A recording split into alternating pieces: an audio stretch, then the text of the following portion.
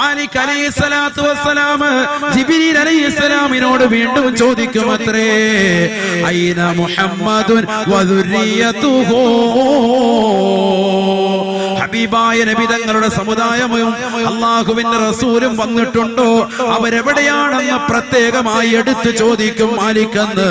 നബിയുനാ റസൂലുള്ളാഹി ഫയഖൂലു ജിബ്രീൽ, ജിബ്രീൽ അലൈഹിസ്സലാം പറയുമത്രേ, വഹും വാഖിഫൂന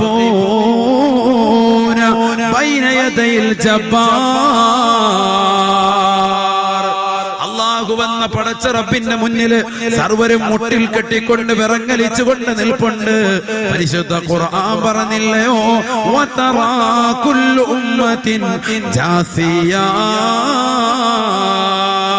നബിയേ നബിയേ, അന്ന് ജനങ്ങളെ തങ്ങൾക്ക് കാണാൻ സാധിക്കും. അല്ലാഹുവിന്റെ കോടതിയിൽ 16,15,15,000 കിലോമീറ്ററുകൾ നിന്നുകൊണ്ട് തീതുപ്പുന്ന സൂര്യനെ തലയ്ക്ക് മീതെ കൊണ്ടുവന്ന് കത്തിച്ചൊലിക്കുന്നതായ നരകത്തെ മുന്നിൽ കൊണ്ടുവരുന്നതാകുന്ന വേളയിൽ ജനങ്ങൾ മുട്ടിൽ കെട്ടിയവരായി കാണാൻ അവിടത്തേക്ക് സാധിക്കുമെന്ന് വിശുദ്ധ ഖുർആൻ.